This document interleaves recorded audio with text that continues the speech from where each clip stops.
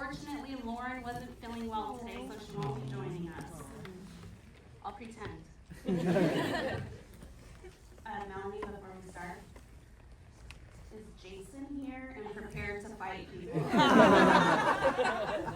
my God. No, he's not. He's at home with our child. Yes. Has he left any warnings? Like, no. No, he's gonna dance fight, right? Dance fight. Yes.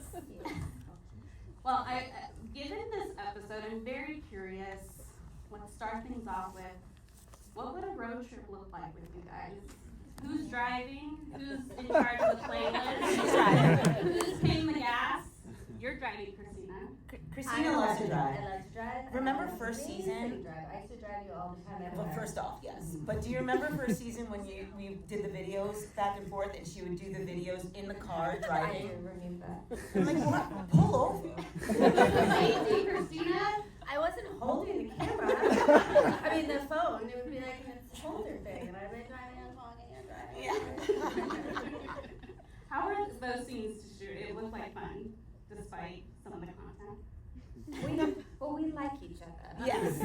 Yeah. But I don't know, shooting in a car is never fun. Oh my God, it was so. We gave her such a hard time. Do you remember? I gave her a hard time. The director. Right. I was like, ooh. Jennifer Martin. I'm so sorry. I know. I know. I gave her such a hard time. I'm like, how many angles you need? We did have She did a great job. The scene in the car where I'm texting about Shauna being the murderer and the whole thing. That was, I don't know. That was in a soundstage. Car was just parked there, and there was. It wasn't rear screen projection. Oh, it's awful. What was It's it? very It was like, motion sick, and there's a thing going past, just a moving image on the side. it's like if you went to like an exhibit at a museum, and those big screens that just so they were surrounding the car, and if you're motion sick, if you get motion sickness, it would be horrible. But we were there for like, it was a long time, and so many angles, and we got a little silly. Yes. Well, I want to start with, we see the outsiders in this episode, and it sort of leads us to believe that the rescue is at least closer than it has been in seasons past. But the way that the girls respond to that is not what you think. There's some apprehension or this fear of, is it time for us to leave? Should we be leaving? And I'm curious what you thought of that as the adult version, seeing how they were reacting to this moment. Go, Melanie. I thought it was very cool and interesting. And also it made sense. It made sense certainly with like Lottie's character, that, her sort of feral, like, no, when she sees them was so cool, and I thought Courtney was so amazing. She's like, oh, I've just been having to pretend to eat brains all day. It's so silly. She's so different from Lottie. It's so funny.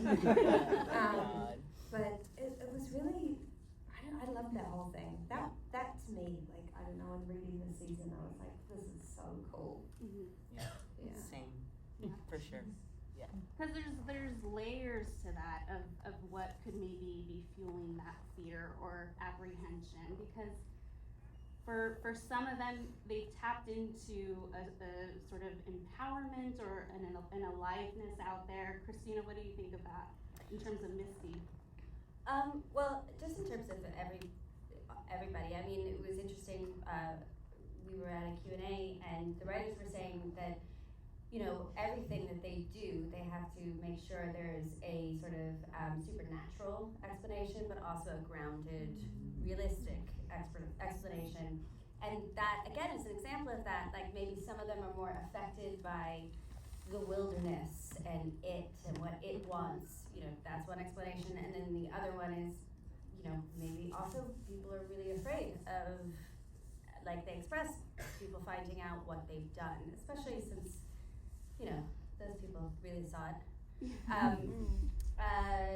So that made so much sense to me. I think Misty, to me, seems the least affected by any of the supernatural stuff. Mm-hmm. She's more kind of like an opportunist and pragmatic. So I think I think she just wants to go.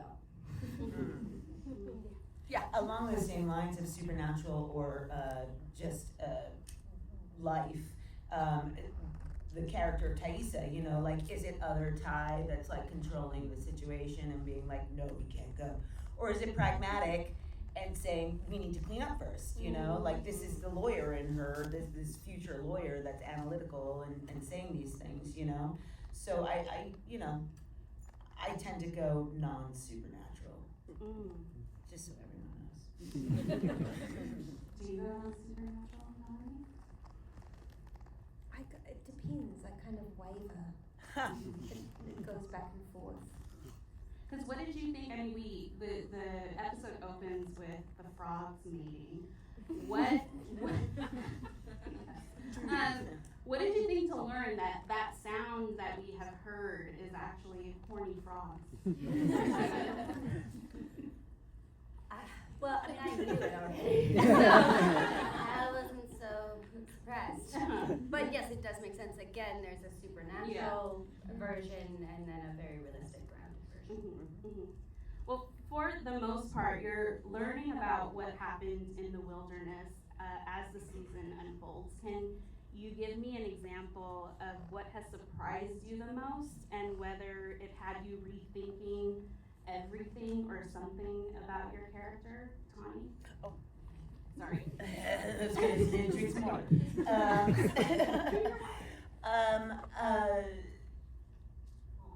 First of all, I learned so much through the Youngers' storylines, and everything shocks me. I actually thought the cannibalism would be the worst. I did. I really did. I was like, isn't that bad enough? Like, you know. But no, every step of the way it surprises me, and it thrills me. I'm a fan of the show, so it really thrills me to get to watch them do these crazy things, like land an axe in somebody's head. Amazing. Melanie, how about with Shauna? I mean, seeing what develops with her in the wilderness must have been illuminating. Yeah, I mean, Sophie and I kind of together early on made decisions about her that have kind of been proven true, which is kind of nice. Because, you know, all we had to go on was a pilot, and she's a sort of like shy wallflower best friend type, and then sort of like a frustrated housewife. And Sophie and I were both like, no. She's so confident. She does not doubt herself for 1 second. She thinks she could get any man or woman in this room. She's like, you know, but like that kind of like absolute belief. And she's kind of in hiding in these costumes as the like quiet best friend or the mousy housewife, because she's a little scared of her own power. And so that was the thing that Sophie and I were both like really excited about. I'm like, oh yeah, that's who we think she is. And then, you know, the first 2 seasons, there have been like hints of that.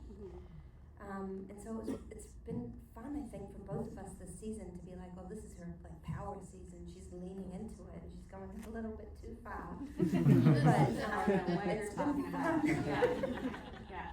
Were there moments where you texted each other like, oh my god? I mean, we see each other whenever we can, and she just was so excited. Like, for me, I'm a little bit like, oh, okay. She's still like, well, you know, trauma, and so she's like, fuck that. She's a bitch. She's a like, Sophie loves it. She loves the villain era. She's so into it. So yeah, it's been fun, and like we talk about this all the time, but like it's such an honor to be like creating a character with another person, and all 3 of us, not to mention everyone else on the show, our counterparts are so talented. Like there's nothing they can't do.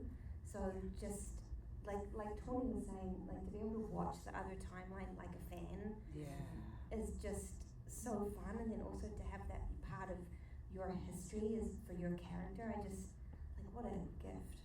I wanted to dive into that a little bit more. Maybe Christina, we could start with you of what 3 seasons in, what have you taken away from sort of, you know, mirroring a character with the younger version, but also, you know, showing growth or change in sort of different ways. What has that been like for you? How would you describe it? interesting. I mean, for me, Misty is not a character who's necessarily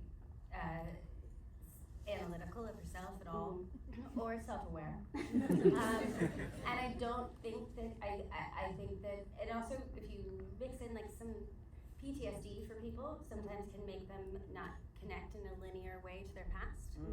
And so I feel very much like Misty is always operating in a vacuum of immediacy and the present.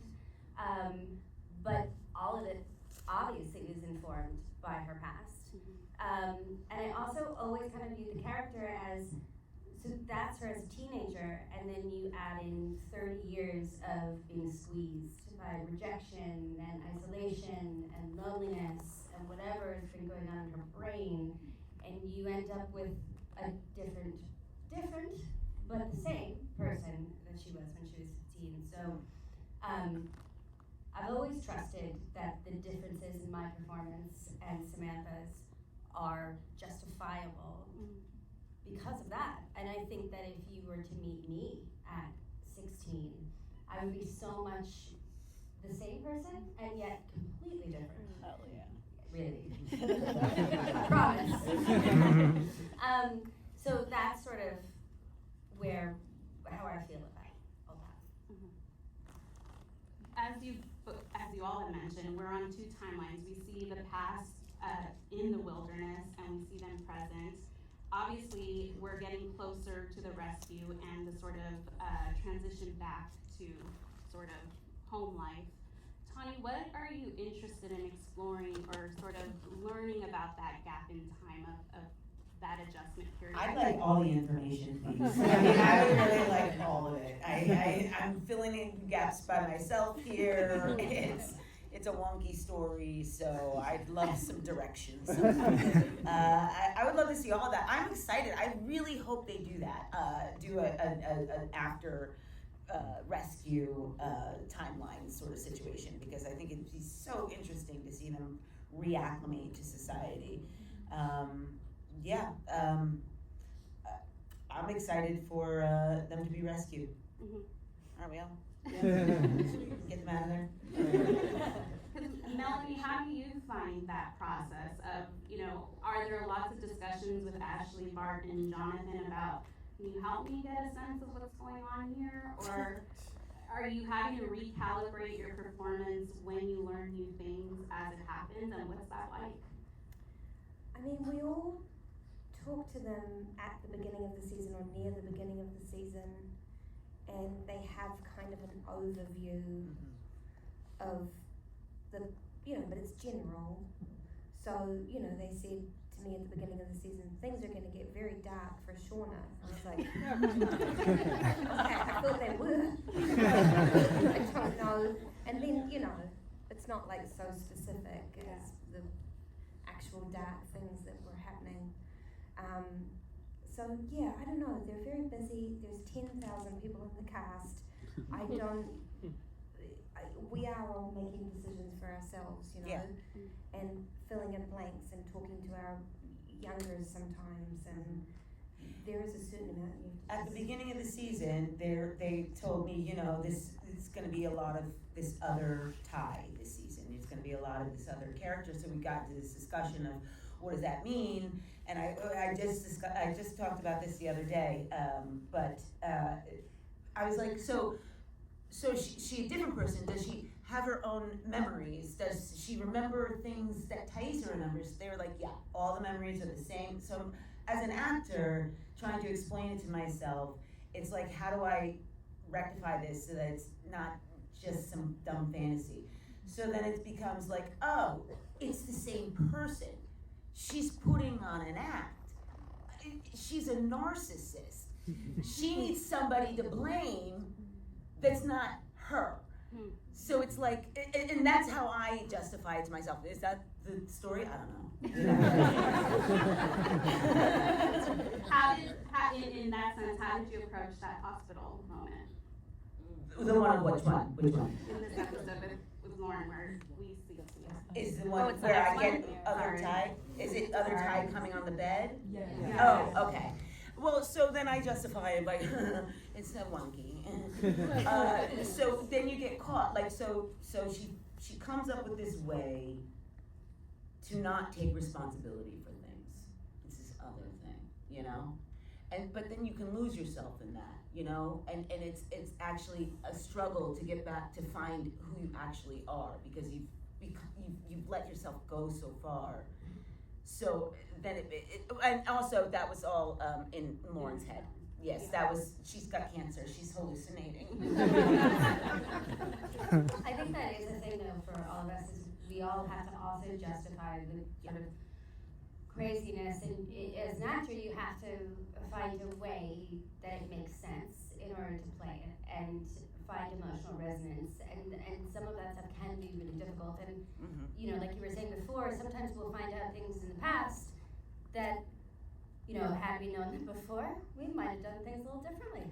But you can't live in that, and especially with this show, you have to just incorporate it once the audience knows about it and you know about it. In that sense, is there a scene, Christina, that you would reshoot knowing what you know now? That's a good question. Well, it's just interesting. I mean, you know, I think I wouldn't reshoot anything, and I can't specifically tell you anything like that, but I do think there are certain things in certain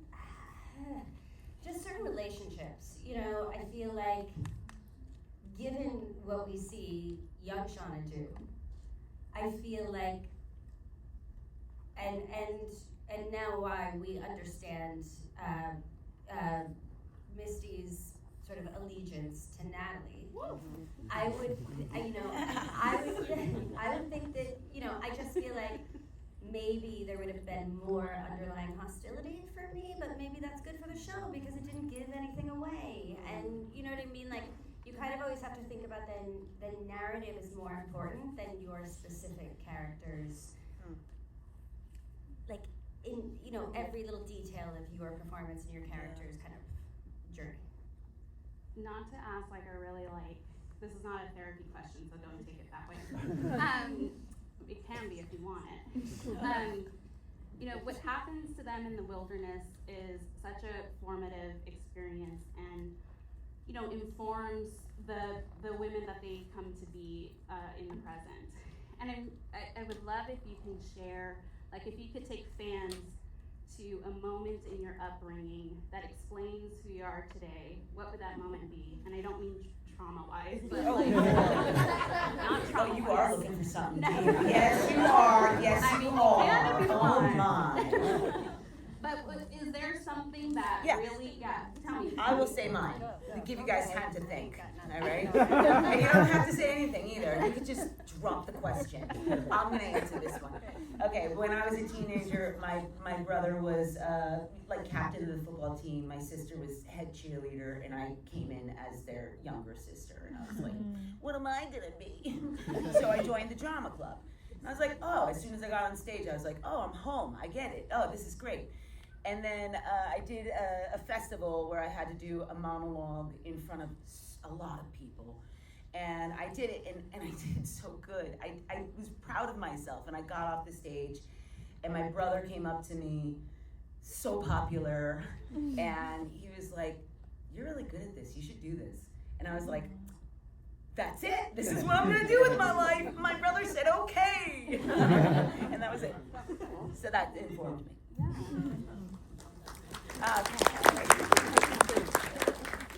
I got nothing but because I know, it was when you said not trauma. I was saying I'm out. We're out. Sorry, I brought the mood down. Christina, Misty is isolated from people, even when she's with them, both in her youth and as an adult. What is your hope for her? Yeah, I think that she has a really hard time with connection. I don't think she necessarily knows how to genuinely connect with people, and it's all of her sort of trying so hard that creates blocks and distance.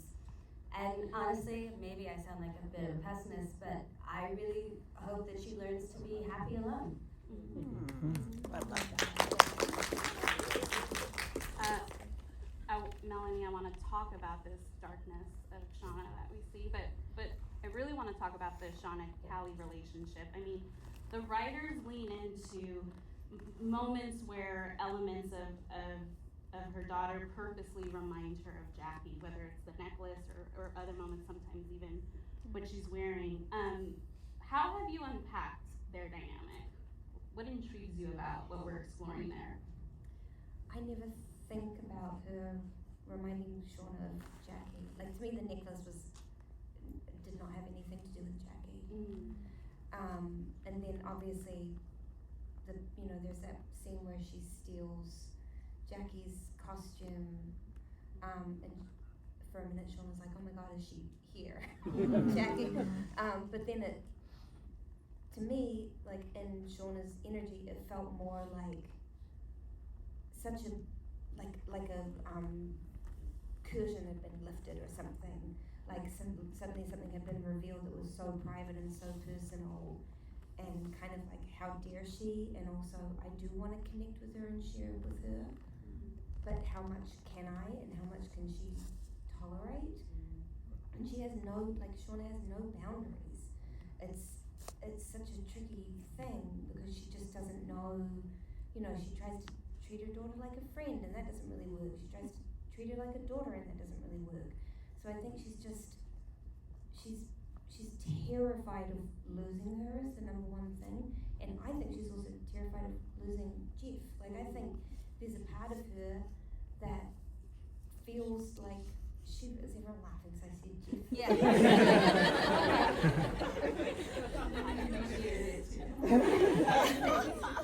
But I think she does not believe that she can be loved unconditionally, and she trusts that he does. So, some things happen in the season that I personally found very devastating, and I feel like the audience is gonna be like, she deserves it. But I'm like, she's so messed up, and she does love these people, and she's just messed it up. She just doesn't know how to do it. Well, there's the moment where Callie says, is my mom really a good person, or has she been telling everyone a story, including herself? What did you think of that moment? Well, I'm sorry, Callie. Is she a good person or a bad person? Like, very few people are like good people or bad people. There's a lot of that kind of discussion around the show, and it's a little frustrating to me, because it's like, who cares? They're thank you. And I like your colorful talk. But like, it's like they've all gone through something, and they've all done horrible things, and they've tried to do good things, and people, like, I don't know, I've done horrible things. Everyone's done horrible things. We're here to talk about them. I know. Well, I don't think it's a secret that there's a high body count on this show. It's devastating, particularly in the present day. How are you processing what that means? Are you giving the side eye to Ashley, Bart, and Jonathan? There's apparently a brunch. And if you get invited to that brunch, there's a brunch. You're dying. But are you looking at them sideways? Like, is it a situation of the last one standing? Christina, how do you feel about this? Well, I live in the present, and I'm always like, oh, fire over there, put this out, trauma, disaster. So I don't generally I don't think about things in the big picture, but every once in a while someone will be like, oh my God, do you think I'm gonna die? And then I'm like, oh wait, should I? Oh my God, am I gonna die? And then I forget. So I'm just like living in the moment here. I love it. There's nothing I can do. I have no control. Tawny, we've seen the funeral parties. Is there anything you can share about the funeral party for Lottie? Tawny? That's a youngers thing. Well, you can go out and get some drinks afterward as one of the olders, but no, we don't do the death parties with the olders, unfortunately. It's probably a little too depressing. Yeah. I get it. you know, we have the strikes between seasons 2 and 3, and I'm wondering how that break, I mean, obviously at its core it was about, you know, the survival and livelihood of your craft, but did that separation from the emotional toll of filming a show like yours help you come back to the character any differently? Like, what did that break do for you? Melanie? I was just thinking, yeah, it was obviously it was necessary, but like such a devastating time for so many people, and I don't think we've recovered from it yet. So just, you know, being so fearful for so many people, and then the enormous privilege of having a job to go back to, like, I felt almost terrible about it, Yeah. you know? Yeah. It was so, but so grateful. Yeah. And I think everybody kind of came into work with the gratitude of like how amazing that we're on a show that people watch, and we had this time, and now we're getting to go back to work when so many people are not. Yeah. And you know, creatively, I had some time to, you know, do more work before the season and stuff like that, so that was good. But, yeah. There's been talk of a mysterious episode that was supposed to drop between. It's because Jason Ritter did it in a French accent. It's awful. Nobody would tell him. No. Is it The just whole a time. Matlock dance in the wilderness? Yeah, it's him doing the Matlock. Oh my God. In the wilderness, I am yeah. dying to see that episode. It is so good. It was my favorite episode I ever read. It was, Yeah, I think I agree. it explains so much. God, I hope they release it. So you're not in it? None of us. None of us are in it. None. Okay. We're we're nearing the finale. Do you know something? We filmed those, they drugged us and made us film. Tom took some of us in it. Are we in it? The season finale is this week. Oh, What can you tease now that won't make sense but will when everyone watches? It's got heart. You were so quick with that. You're welcome.